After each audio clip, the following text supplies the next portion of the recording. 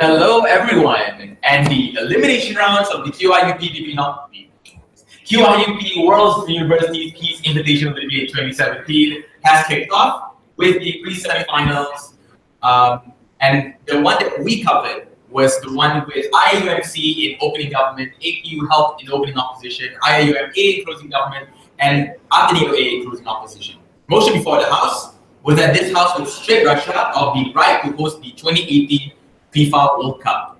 And the verdict was just only announced, and the verdict was that it was an opposition bench win, meaning APU helped from opening opposition and Ateneo A closing opposition will be proceeding to the semi-finals. This is very interesting because we're doing this we're doing this like a pundit style, and it's a sports motion. Yeah. Do you like football? Do you watch football? No. Couldn't care less about it. In fact, like what I always tell a lot of people is that there are two themes or two motions that I could not care less about. One is sports, and the other one is the environment. I know that's a problem to a lot of people, but sorry. Yeah. Anyway. Yeah. I do watch World Cup. I do watch some matches. I actually have a favorite football fan, which is Liverpool. So however, let's go straight into the debate. So it's an opt bench rate. I generally disagree with the call, and we will have a discussion about this.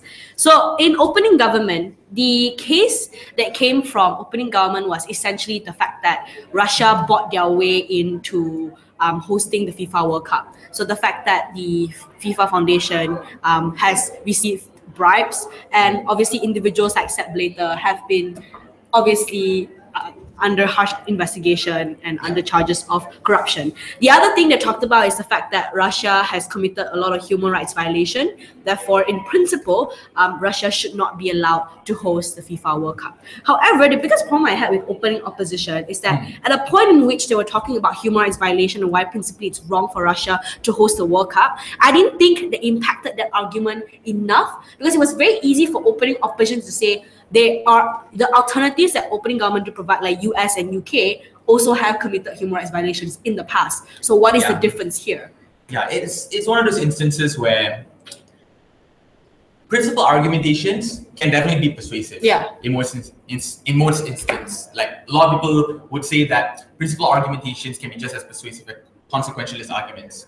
But I don't know. I mean, just when I listen to the claim or the characterization on how the human rights violation in Russia were really great and all that, I feel like there were very little links to why the FIFA World Cup. At most, it's just let's take one thing away from them. But I'm not entirely sure how maybe perhaps there's some nuance that would specifically be able to help us fight against this battle a lot easier. Right? And one of the outcomes that opening government then proposed is that this starts up discussions about human rights violation on the ground. But I'm not very sure how we will get there, right? Why would Russians care enough?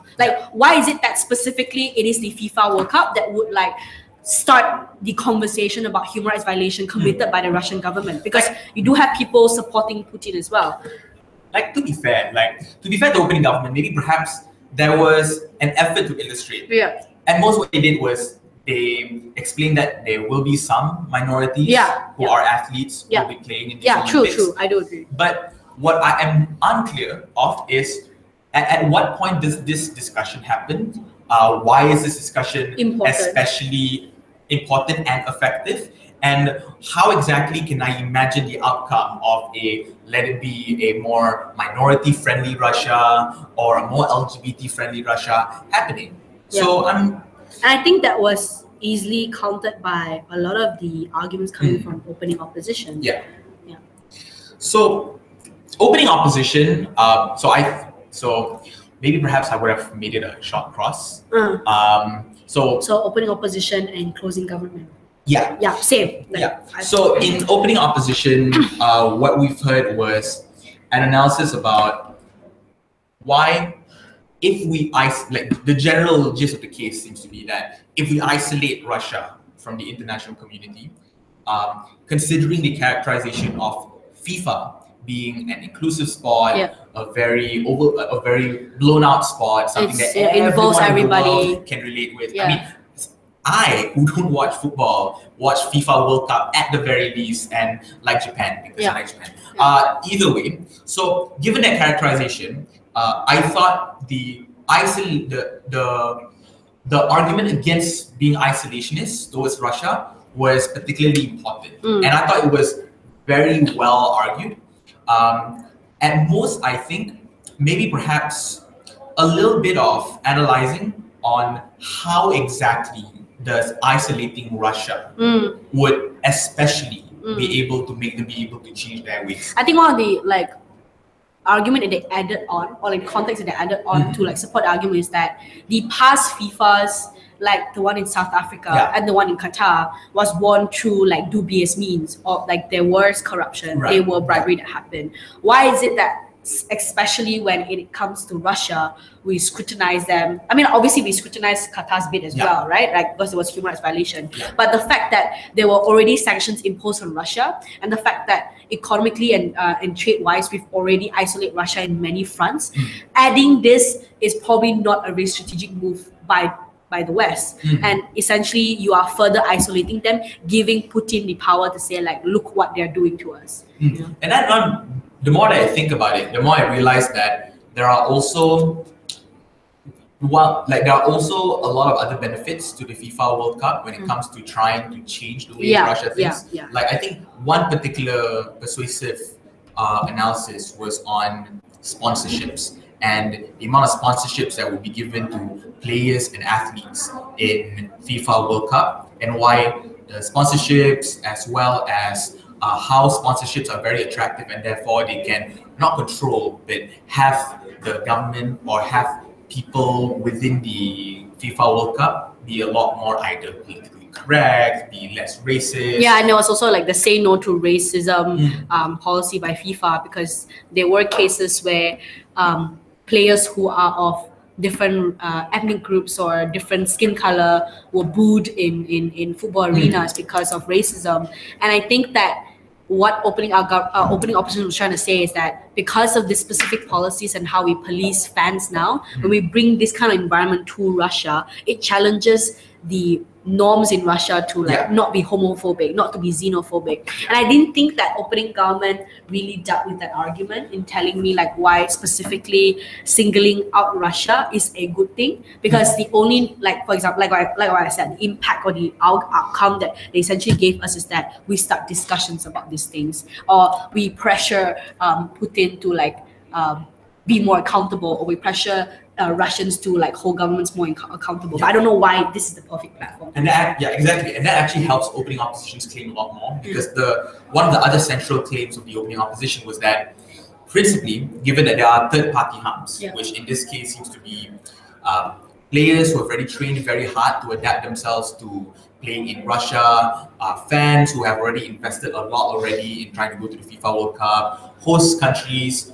who are already investing a lot anyway to accommodate the FIFA World Cup. That's already a third party harm. And I understand that the comparative then should be, human rights violation. That's bad. And I think that's a fair comparative. I think that's a fair thing to prioritize more over than the third party harms I've talked about. So when you start talking about the fact that sponsorships and private corporations will have some influence over the FIFA World Cup, that's when it begs the question, right? Like, if there is already an alternative, why then are you okay with these third-party harms? So I thought opening opposition laid that down quite well. So that's why they were over opening government. So this is where I disagree with the verdict, with the result. So I think that closing government got over closing opposition, but closing opposition got through. So the context that closing government gave us that essentially is not taking the principle and the foundation from opening government and just made it better. So things like how it affects non-binary athletes, or how Russia and the way in which Russia practices its ethics and sports are essentially very harmful. So if you talk about like FIFA World Cup, right, it's all about sportsmanship. It's all about uniting because of football. And the way in which Russia do their thing isn't exactly very sportsmanship like. So what they do is they that the coaches or the managers or doctors and physicians that are supposed to facilitate or to make the teams in Russia better, essentially force them to dope and force them to take drugs. So obviously that's not how sportsmanship is supposed to work. And the thing and that affects the value of sportsmanship because you are now putting that arena in Russia. And the second thing and I think one of the more bigger argument that came in closing government is that essentially you empower Putin and you allow Putin to use this as a platform to entrench his power. So one of the examples that closing government gave is that because it's a FIFA World Cup, obviously dignitaries from different countries are going to come over, and Putin can just say like, look, you guys are supporting me, you are now here. And further elaborating by closing government is that these individuals or these politicians or these dignitaries are unable to criticize FIFA World Cup and criticize the human rights violation that happened in World Cup if they were to attend, because it's happening, right? So I think it's not strategic for dignitaries to comment on the human rights violations that's happening in Russia. And we hear this argument all the time. Yeah. There is one bad actor in the world, and everyone seems to hate this bad actor, like China, for example. But at the same time, we always make the argument that, no matter how bad they are, people still trade with them. No matter how bad they are, people still have diplomatic ties with them. Yeah. And I think this extension addresses that, and this extension really brings out the fact that there's a reason why we still trade with these people, that there's a reason why we still see them as a legitimate political entity within the international arena. So if we start including them a lot more, or if we stop being isolationists for our own good, then that's when things become a lot harder. That's when the line becomes blurred as to what should the actions of moral arbiters in the international community ought to be. So I think CG laid that down quite well. Yeah, and I think the specific context of explaining Russia and the Putin Russia, right? So there are individuals on the ground that are against the government. Like a lot of individuals has been put in jail, like opposition leaders have been put in jail because Putin wants to shut them down and keep them quiet. So the Russia that we do know and that we read about in news are essentially individuals that are against Putin. There are nationalist Russians, and there are also Russians that are not very happy with the government. Essentially, these are individuals that do not want to see the Putin administration gets empowered, and we think that having the FIFA World Cup essentially entrenches the power of the Russian government. And I thought this argument wasn't really widely addressed by closing opposition. Yeah. Agreed. Yeah. Speaking of closing opposition, so they got through. Congratulations. So the general line of argumentation that seems to come from closing opposition is it's also in one way or another, it's a spin-off of what closing government argued, which is how is Putin, while running Russia, more likely to behave? Yeah. And we're talking about how the not having the FIFA World Cup would actually empower Russia, empower Putin a lot more in this case. Like, for example, Putin embodies himself as being like the leader who would defend Russia against the horrible influences of the West or the imposing influences of the West, or the fact that, so this other claim that closing opposition made was in regards to economics. So what closing opposition claimed was that if, let's say, we don't have the FIFA World Cup, and then people start being unhappy with the decision, Putin/Russia is more likely to commit something that is not necessarily heinous, but something that's very big in order to distract everyone from the situation. Yeah. For example, the analogy that was used was when oil prices went down around the time the Crimea annexation was an issue. He decided to have the Crimea annexation in order to distract everyone from the lowering oil prices. I find that claim, okay, so I think the first claim about embodying himself to fight against the West, I think that's fair. And I think it was well analyzed too. Yeah.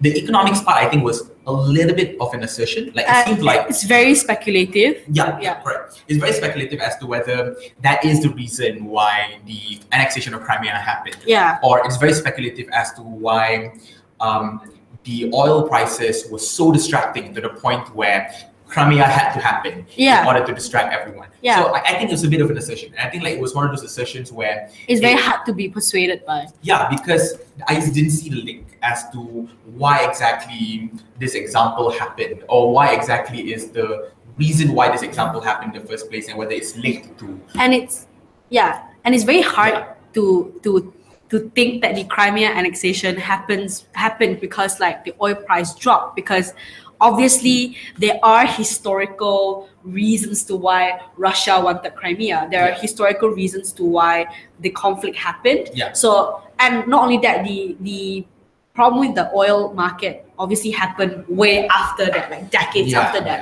Yeah. So it's very hard for us to be persuaded by this specific ideology, like, or the fact that Putin's gonna do something crazy because we take FIFA World Cup away from them. So I'm not very sure why is it that specifically FIFA World Cup is impactful enough, or it affects the government and people on the ground enough for Putin to react that way. Yeah. So I mean, it's possible, right? The fact that like the whole world has sanctioned Russia and they're still like, you know, we're not gonna care and we're not gonna do anything about it, and we're still gonna go on with our lives, and Russia is still gonna use sanctions as like, look, they're against us. The whole it's us versus them kind of mentality is still gonna exist. Yeah. So why is the FIFA World Cup and taking that away from them changes anything? All right. Well, either way, that was the pre-semifinals of this year's WUPID. And the semifinals is going to happen in just a few minutes. Motion was just released. I will update you more on that. So stick around and we'll talk more about the semifinals in a bit. Stay tuned. See ya.